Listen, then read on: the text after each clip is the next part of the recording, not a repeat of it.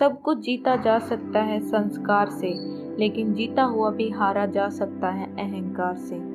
हनुमान जी और अर्जुन के बीच हुई एक छोटी सी घटना से आपको बताते हैं कैसे अहंकार मनुष्य का संपूर्ण नाश कर देता है। पौराणिक मान्यता के अनुसार जब भगवान श्री राम ने जल समाधि ली थी तो पवन पुत्र हनुमान को धरती पर ही रहने का आदेश दिया था। माना जाता है कि हनुमान जी पृथ्वी पर ही वास करते हैं। द्वापर युग में जब उनको पता चला था कि उनके ही प्रभु श्री कृष्ण अवतार में पृथ्वी पर दोबारा अवतरित हुए हैं तो वे अत्यंत प्रसन्न हुए। महाभारत के युद्ध में भगवान श्री कृष्ण की इच्छा से ही बजरंग बली अर्जुन के रथ की ध्वज पर विराजमान थे। इस वीडियो में आपको एक ऐसा किस्सा बताते जिसमें हनुमान जी अर्जुन के घमंड को चूर चूर कर देते हैं। अर्जुन को एक समय पर संसार का सबसे बड़ा धनुर्धर होने का अभिमान हो गया था। इस बात से भगवान श्री कृष्ण बहुत चिंतित हुए, इसलिए उन्होंने अर्जुन के अहंकार को तोड़ना उचित समझा और हनुमान जी को यह कार्य करने का आदेश दिया। कुछ ही समय बाद रामेश्वर में अर्जुन की मुलाकात हनुमान जी से हुई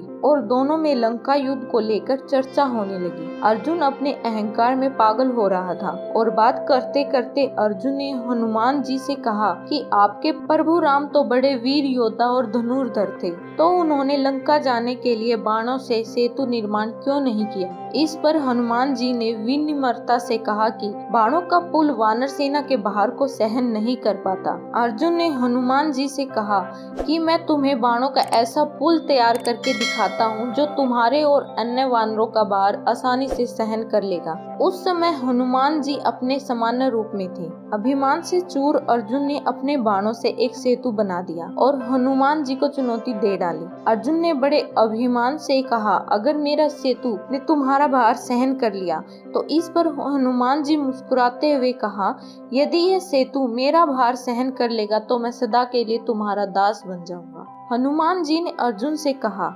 अगर ये सेतु मेरे भार से टूट गया तो इस पर अर्जुन ने बड़े ही अभिमान से कहा, अगर ऐसा हुआ तो मुझे समय को सर्वश्रेष्ठ धनुर्धर कहने का कोई अधिकार नहीं। भगवान श्री कृष्ण इस घटना को देख रहे थे। हनुमान जी ने विशाल रूप धारण किया और जैसे ही अपना पैर उस सेतु पर रखा वह सेतु डगमगाने लगा।